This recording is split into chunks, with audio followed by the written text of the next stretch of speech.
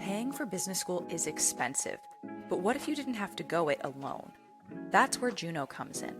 Juno brings thousands of students together to make lenders compete for our business, which means you get a lower rate than you could on your own. It's free, it's fast, and it's already helped more than 230,000 members secure over $1 billion in student loans at better rates. Join today at juno.us/M7A.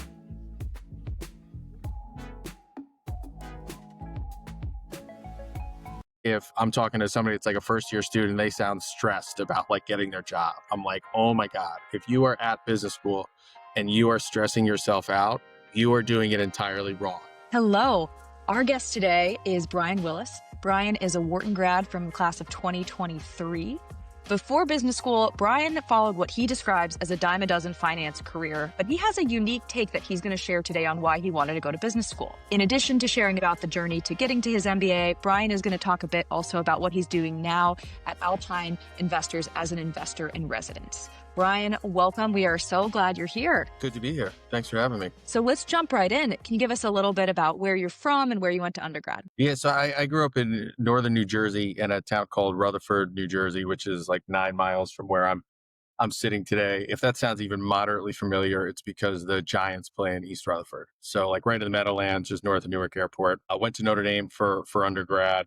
Knew I wanted to do like something in business. Both my parents were in finance at different parts of their career, but I didn't know exactly what that looked like. My older brother, he's 2 years older than me, was a football player at Princeton, and like Ivy League athletes seem to kind of run the sales and trading circle in Wall Street. So I thought that's what I want to do initially.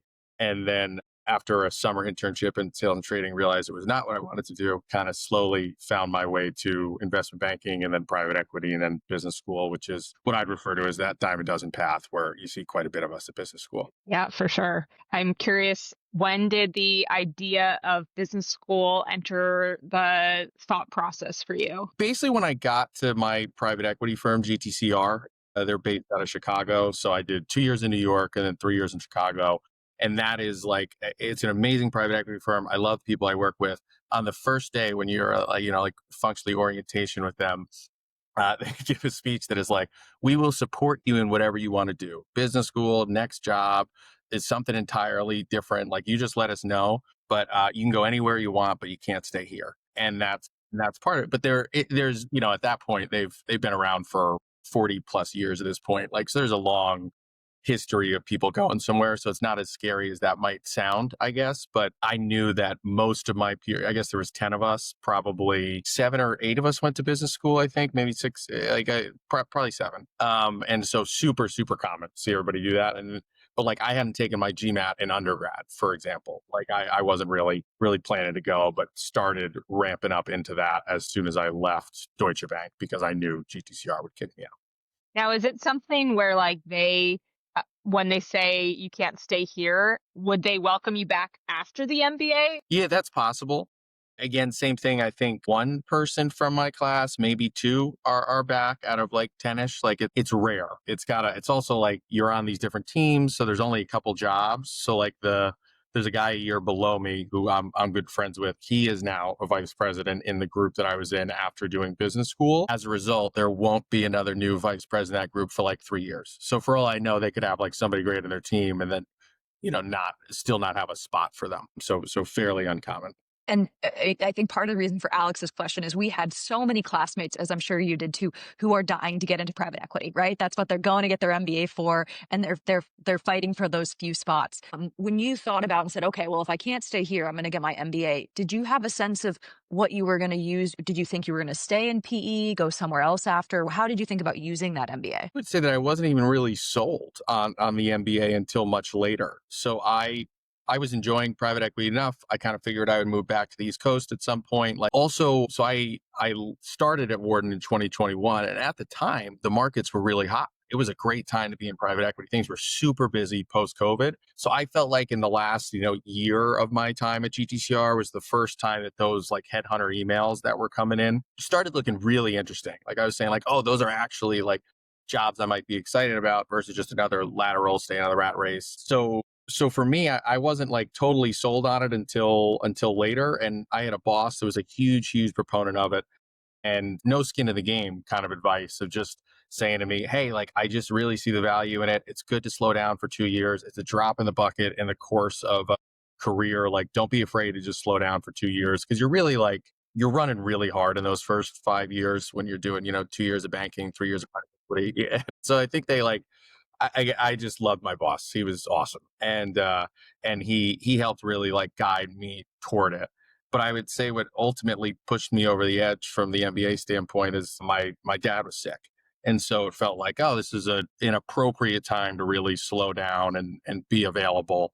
And so that is kind of what pushed me over the edge. It wasn't a professional decision at any point, but it is, for what it's worth, it's a great way to pivot into private equity if you're trying to do that. So, I mean, given that it was a personal reason, like how fast did that application process go for you? Was it like, oh, I should really get my ducks in a row like right now and I'm behind the ball? Or was the timing actually okay to kind of do a well thought out application journey? Timing was totally fine because even though I wasn't totally sold on it, I was always going to apply. So like I knew that I would just have that option in my back pocket in case if I had to stay on for a couple extra months while I was like looking for the next role, like they would have welcomed the help. There are plenty of examples of doing that. So it wasn't like, hey, July 1, get out of here. So I didn't have that kind of impending concern. So I was always going to apply, just that I had it in my back pocket, whether or not I wanted to go. Well, I'm curious because obviously we love your candor. When you thought about your essays, you probably couldn't write that in the essays. So how did you talk about why an MBA was appropriate for you? How did you think about that crafting that narrative? For me, I talked a lot about wanting to get to the other side of the table, which at the time I was like interested in, but didn't think it would really happen. And now it kind of has happened. So I guess I was like onto something, I guess, but I was afraid to just apply everywhere and be like, hey, I want to get back into, private equity. And GTCR is a really large firm. So they were close to like a $10-ish billion fund by the time I left. They were, like 5.5 when I was there. So by the time I met with a company, they were really professionalized, like it probably on their second or third CEO, multi-billion-dollar business. So I rarely got to meet with founders, but on the few occasions that I did, I loved it. Like they just had a different level of passion for the business than some of these professional CEOs. And the positive is like some of the professional CEOs were like the smartest people I've ever met, and getting to like get introduced to them early on was incredible. But seeing the passion that a founder brought was super interesting to me. And so I always thought like, hey, like why wouldn't I do this? And on the margin, I'm not like super analytical, and I didn't wake up every morning thinking about like how to win an auction process run by like William Blair. And so I had concerns about like, hey, will I really be successful in this part of private equity if I stay here? So was thinking a lot about being on the other side of the table and playing into what I thought some of my strengths might be. Yeah. And so how do you go about differentiating yourself from the dime a dozen finance applicant? Yeah, I don't think it's easy. I think we all blend together quite a bit. I have always been really community focused at every point in my life as much as possible. And I think that is what I really emphasized was like, hey, I've done all this stuff, academically. Also, like I have a much different background. When I was at, and not much different, but is what you're trying to explain. When I was at Notre Dame, I participated in a boxing tournament, like a charity boxing tournament called the Bengal Bouts. And so that was like a charity organization that I was really involved with. When I was at GTCR, I started an associate board for the Leukemia and Lymphoma Society. I think everybody does something charitable, hopefully at some point, in your first 5 years out of school. But having founded that associate board, I think that was a little bit different on the margin. So I didn't have like the highest GMAT in the world and didn't think I was going to win out, 1-to-1 with all the people that went to Ivy League schools and had 4.0s and all that. And so I really tried to focus on community and charity and mentorship and just leaving every institution I touched a better place. We love a finance bro with a heart. So that's awesome. How did you talk about that experience in your application? Like, was it purely, I know I'm getting into the nitty gritty, but was it purely sort of on your resume, or did you refer to it? How did you talk about that as it related to what you wanted to do after your MBA? I leaned on it really heavily. I talked about it a lot. It just felt like hopefully somebody would enjoy reading it more than what everybody else did. I actually had one of my letters of recommendation was written by a woman named Dana Goodell, who I worked with to start this associate board. So it was really heavily featured in my applications. So you mentioned this woman who wrote one of your recommendations. So she got to see you both like professional setting, but also community setting. Is that correct? I guess if you could count some of what we were doing on the associate board as like quasi-professional, like she would see that, but she was a full-time employee at the Leukemia and Lymphoma Society. So I was working with her to help stand up this board from scratch. Yeah, and I think that's important to note. Like a lot of people will go with two recommenders that they work with in their job. But I think it's great, like if you have a lot of really well-established relationship with someone who can talk about a different side of you, it can really help you stand out. Well, it's not like that was planned, it was just like I was doing this. I want to do something charitable. It came up kind of organically because one of my bosses was involved in LLS where he just said like, hey, we don't really do enough with, like the associate level pool. Why don't you start something? And I said, no. I was like, dude, I was like, Rich, I just got here. Like, I don't know what I'm doing yet. I need to figure out how to do my job. And he continued to like push me a little bit. And after 6 months or so, I realized like, okay, I have a little more breathing room. Like I'm not an investment banking analyst anymore. I should dive into something that's fun. And so he helped bring me along to LLS. And I basically had to pitch them on it. I probably spent like 3 or 4 months like coming up with here's the plan for what I think we could do, why I think you're largely missing your population under 35 in Chicago, and spent a lot of time campaigning for it effectively, but it worked great. It's amazing. I think what you're talking about also demonstrates like we get a lot of questions about, well, I work in banking or I work in finance. I don't have time. And what you're showing is like, it is really hard. And people who are in those roles make the time. And you made the time because you cared about what you were doing. Like, right, you picked something that was authentic. You weren't doing something for an MBA application. You were doing it because you cared about it and you made the time for it. And so, I mean, I think when we talk about what kinds of extracurriculars make a difference, finding something that you are willing to take that precious little time to do, tell me, was that I'm assuming you were very busy and really had to carve out time to do this. No, absolutely. And I just think it's my father used to like always talk about in the way of you have your time, treasure, or talent are kind of the three things you can do.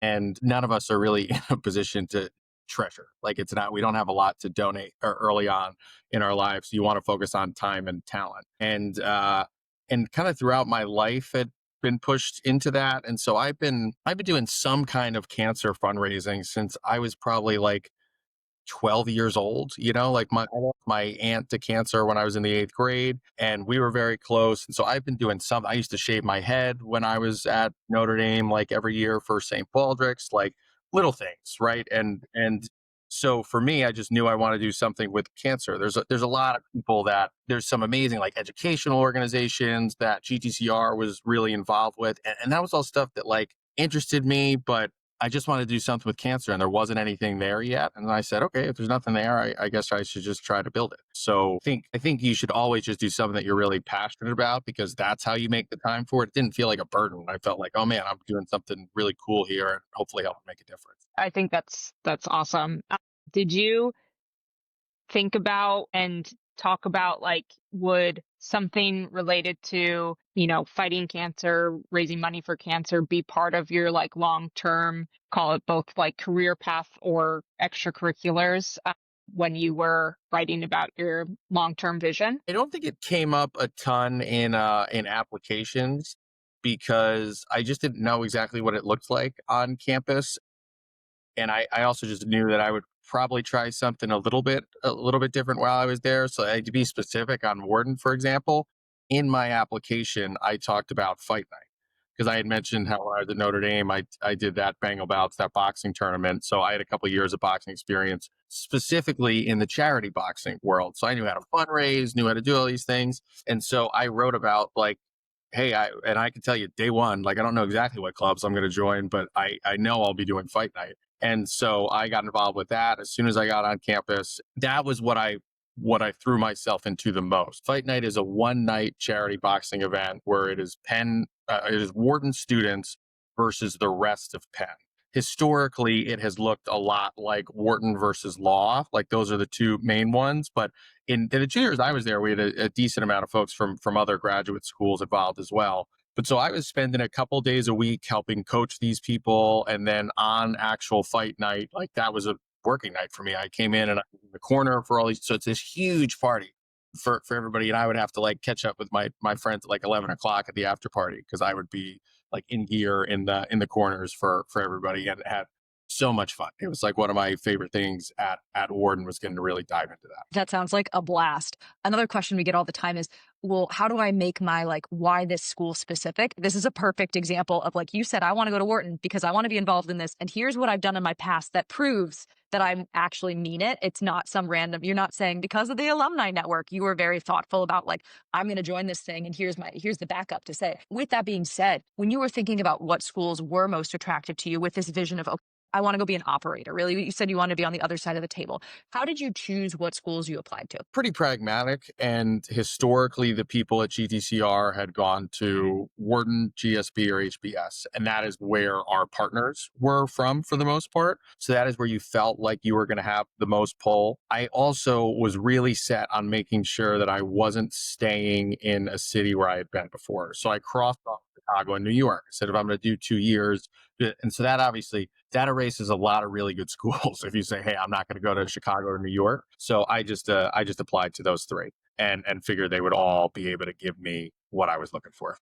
Yeah. I mean, that helps narrow it down and keeps you focused. What would you say, any major challenges during the application process or things you would have done differently? I guess the main thing I would have done differently, which is advice that I give pretty consistently. Nobody told me to take the GMAT. Like when I was a senior going into investment banking, nobody said, hey, you should do this just in case. I'm like, take it your senior spring. So I studied for the GMAT like in between banking and starting at private equity. So during like what was supposed to be my time off. And I also like, I'm not the sharpest. Like I'm a little more of a hard worker. And so like I didn't crush it the first time. And so I had to take it again while I was at GTCR. And that was hard. I'm like starting my job and in between things, I'm like doing math problems at my desk. And so I really wish I had gotten the GMAT out of the way because that was an annoyance. But I think what was most difficult for me was in private equity, you don't know exactly when you're going to get busy, like it ebbs and flows. And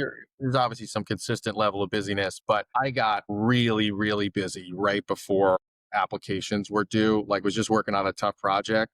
So I had the most supportive bosses, like amazing people that I worked for, one of which had like gone to business school. So they totally understood. It wasn't like I was working for people who didn't care that I was trying to go to business school, but I took vacation to finish my applications. Like I just said, need a week off so that I can just like wrap some of these up, get my essays done because it finished like kind of right before Labor Day. And what I did is I applied to Harvard and Wharton first round because I knew I wanted to be East Coast. But my boss was a Stanford guy. Some of my mentors had been Stanford people. And I said, like, I'm obviously going to apply. But frankly, I never thought I was going to be able to convince somebody I wanted to be on the West Coast. I had like hardly spent any time west of Chicago at that point in my life.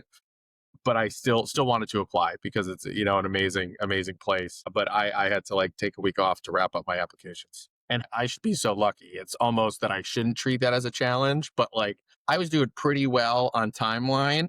And then I just got blown up for 3 months, like just totally lost the ability to do anything else at all. And that made it hard. I think there's been 8 GMAT attempts across the 3 of us. So don't feel bad. I think you still took it the fewest number of times. But yeah, that's a good message of like, get those tests done early. When you applied, you obviously had this network of people who could advise you. Did you have people read your essays? Did you use a business school consultant? How did you sort of use your network? I am enormously lucky insofar as I have a very supportive family. And also my sister-in-law is an incredible writer. She actually does like graphic novels. And so she started her career in book cover design. So she was working in Penguin and knows a lot of like copywriters. So her best friend's mom like helped proofread my essays at one point. And also like my family, I'm the worst writer in my family. And so they were always willing to like jump in. I have really well-spoken parents and brother, and they helped me out quite a bit. But I also, again, the value of being at a large private equity firm, GTCR did sponsor a consultant for me. So they gave us like a stipend to be able to use. And I spent most of it on a consultant that I used somewhat sparingly. I didn't do one of those like, hey, you're going to spend 15 or 20 grand and then they're going to, they're going to be with you the whole way. But I worked with a consultant who was just really helpful for explaining, hey, here's what this application specifically is looking for. And frankly, I don't know how people do it without that. Like, unless you have somebody who you know really well that went to business school before you and can outline what their school is looking for, or hire somebody, there's just a lot of stuff that you wouldn't think of or know how you'd get that information otherwise. Maybe through podcasts like this, I guess. That's the goal for sure. But yeah, to your point, like I didn't use a consultant. Julia did, but in my case, my sister, she was at MIT Sloan and had recently gone through the application process, so that was super helpful. Don't know what I would have done without her in the application process. So, totally hear you on that. But ultimately, all the work paid off. You got into Wharton. Can you talk a little bit about your time there and what were some of the highlights in addition to Fight Night? I had a blast. I met some of my best friends there. My two roommates who I lived with both years, we met on like an Excel spreadsheet. Like when you go to Wharton, they'll send out like a spreadsheet and it's like, hey, there's 900 in your class. Some people are looking for roommates. Fill out these couple things and we're not going to touch it from here. But like they kind of send out the spreadsheet once.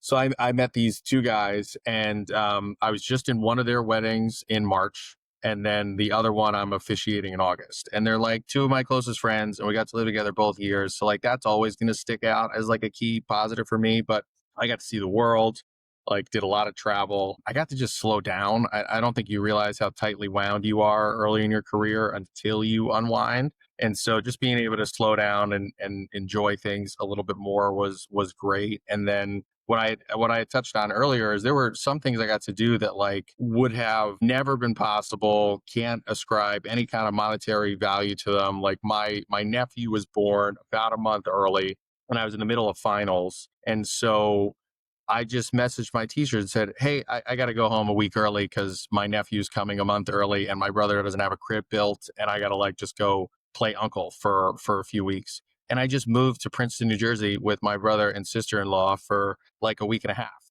Nobody cared. I didn't have any work to do. I did like one or two finals remotely. And then I just like showed up at the hospital with bagels every morning for the nurses and built cribs and like hung out with my family. So I got to do that. And then I had mentioned how my dad was sick and that was like a big reason why I went. I got to be his caretaker for the last month of his life. I just moved home early. I moved home shortly after finals and sat next to my dad on a couch for a month, delayed my internship for 2 weeks. Just there's really no other point in my life where I think I would have been able to as easily do that. And that alone made the business school experience worth it, not to mention all the other amazing things that I still got to do.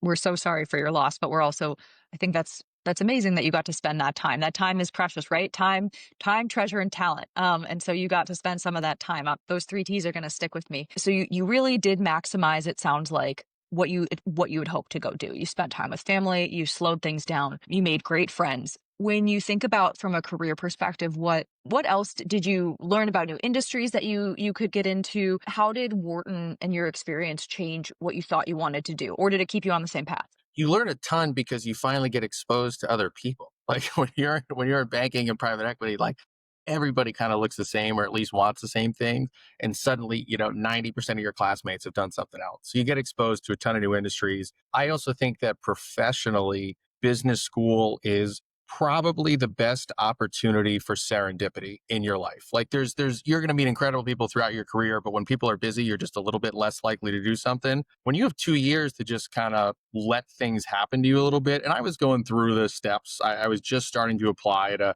private equity firms and I got a cold email from Alpine Investors about a new program they were starting called Investor in Residence. And that's how I ended up there. And if I had gone to business school a year earlier, that wouldn't have happened. If I had gone to business school a year later, I don't think it would have happened. I say to people that if I went to business school 100 times, 95 of it, I would have just came out working in lower middle market private equity. But I got an email because I happened to be at business school at that time. And there's so many other stories like that of people who came in for something and then ended up doing, something different because of somebody they met or an idea they had. So I think it's just so valuable to have 2 years to think and be open. I totally buy into that serendipity and yeah, that things happen at the right time for the right reason. Would love to hear more about what you are doing at Alpine Investors and kind of where you're seeing your career going over the next 5-10 years. So the short of it is that I spend my time building services roll-ups. Nothing new under the sun with that. I spend a lot of time on the road meeting with companies and hoping to partner with them. And I mentioned earlier that what I didn't get enough of at GTCR was that founder exposure. And that is all I do. I spend most of my time talking to founders, and it is just fun for me. And that's really refreshing to like be in a position where you're enjoying what you do, meeting incredible people, seeing parts of the world that you haven't been to before. So I've been having a blast with that. But I don't think if you had told me before business school that I would be doing, it's effectively corp dev. Like my day job is M&A for a portfolio company at Alpine, but functionally what I'm doing is like building these businesses from scratch, like starting from zero with Alpine, hiring a team, and that business building aspect of it has been something that's really fun for me. And again, I would have never assumed that I was going to do that going into business school, and it's all just kind of happened afterwards. What from your business school experience, whether it's coursework or other, like how has that informed or helped what you're doing right now? Do you feel like there were skills that you got, or is it, tell us a little bit about that. Yeah. I think confidence is the main thing. When you spend 5 years in banking and private equity, like it's not the most confidence building place. And again, I can't say enough. I worked for amazing people at like really all stages of my career. And still like I didn't have the confidence to like speak up all the time the way that I wanted to. And then you go to business school and again, 90% of people have done something else and they're all really smart. And you realize like, oh, I know some things that they don't know. And then, they know some things that I don't know, but everybody's speaking up and we can just learn to be confident here. So that has been enormously helpful. And then I really did have a couple classes that were awesome that, again, was not the primary purpose for me going to business school. It wasn't what I cared about. I was a finance and econ, like double major in undergrad. So it wasn't like I was going to Wharton to round out my finance skill set, which is one of the best places to do that. It's something like I could have done, but it wasn't what I was there for. I took like a corporate development class that I loved and hadn't like thought about previously with Emily Feldman.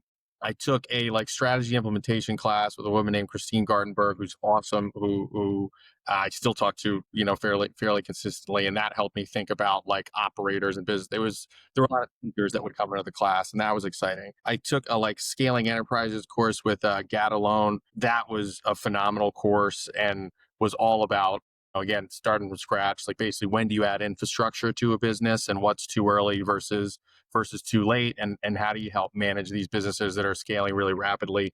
Super, super interesting. And the last one I would note is I took a class called Influence, taught by a guy named Cade Massey. And those are, I functionally had like probably one or two classes each semester that like I really, really liked. And those four are the ones that stand out for me. And Influence was all about, it was like a case study class basically, but for people. So it was a little bit of like, hey, you can have your soft power, you can have your smart power, you can have your hard power. Like there's different ways to influence people. It's like a case study might be Lyndon Johnson, who is like in people's face, on top of them, staring over them, like hard power through and through. And you learn about that. And then you like send a survey back to your people you used to work with to fill out like, hey, take 15 minutes, answer all these questions about me. And it helps discover what like your standard style of influence is. And then what Kay did is get up there and say, boom, you guys have your natural tendencies and here they are.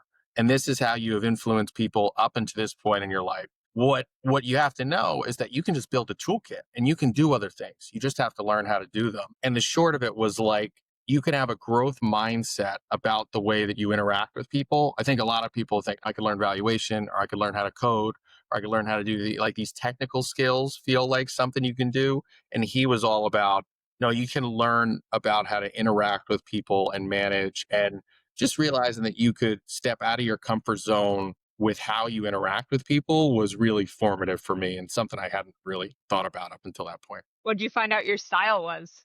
according to your Pretty much coworkers. entirely soft power, which I think makes sense. I'm young, and so like you're 28 years old at that point, and it's like no, I haven't been like demanding anybody to do something because of my position of power. So like totally made sense in that regard. But the other piece I talked about is like I'm rarely the smartest guy in the room. Like in private equity, I just don't stand out intellectually, but I love people and I just enjoy getting to know them, and I build relationships with, again, and I say that, and it's not intentional. It's not like, oh, I'm super calculating and I want to build these relationships. Like I just love people. I'm probably going to have 5 or 6 people that I worked with at Deutsche Bank in my analyst years at my wedding next summer. Like I feel so lucky to be in these careers where I get to meet people that I genuinely want to spend time with. And so that was what would spike, in my surveys. It's just like, yeah, Brian still keeps in touch with us and people like him. And he, tries to get people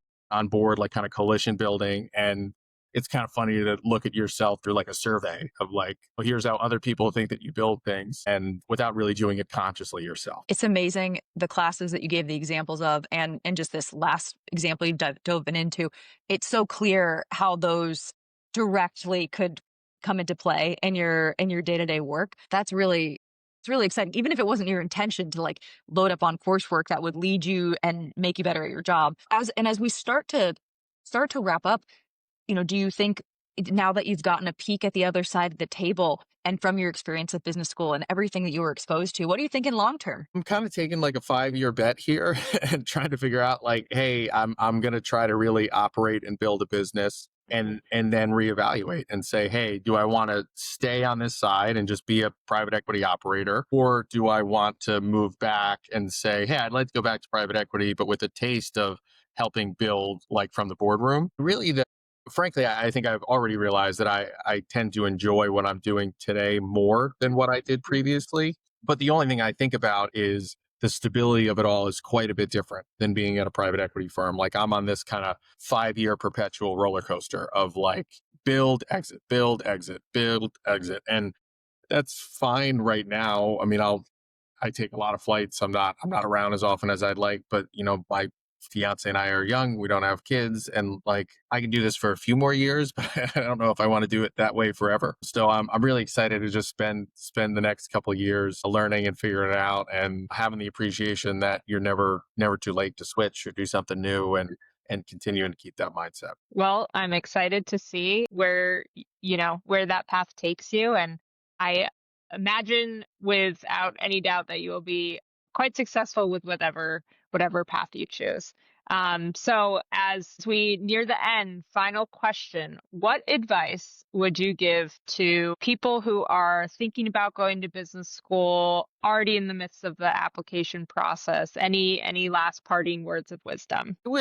I really think about why you want to go. And that means like put blinders on for a minute. Don't think about why your friend went or why everybody else at your firm is going. Like think about really what is it that I want to get out of this experience, and does it make sense for me personally, professionally, financially? And then just be thoughtful there. I mean, it's almost never going to make sense financially. That should be spelled out pretty clearly for people. It's an expensive few years, but just think about if it makes sense for you. And if it doesn't, don't go. If it does, go. And like, don't let too many other people influence that.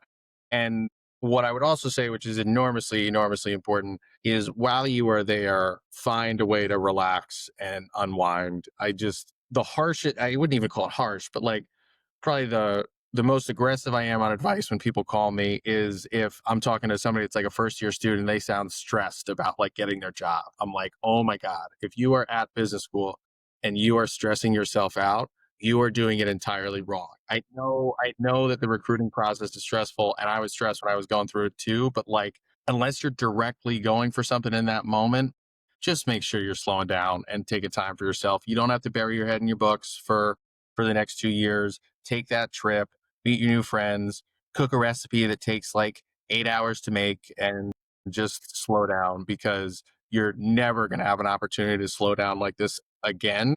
And so if you waste that, I think you'll notice it, honestly. Like I came out of business school, and still to this day, I feel like Zen. Like I am so much more relaxed than I used to be after taking time to slow down and think about what matters in life. And that doesn't mean that I'm not working as hard as I ever have been, but I don't get stressed in the same way that I used to because I took that time to unwind. And I'm 2 years out from graduating, and I am still absolutely feeling the halo effect of it all. And would just tell you that it's been a wasted 2 years if you didn't slow down and enjoy everything. Is some pretty powerful advice to wrap up on. And you have been an awesome guest. Thank you so much for sharing your story. I think really a unique perspective, and for all of the excellent advice. So thank you so, so much. And we're excited to hopefully stay in touch with you too, and hear more about what you're up to. Please do. It was great speaking with you. Thanks for taking the time.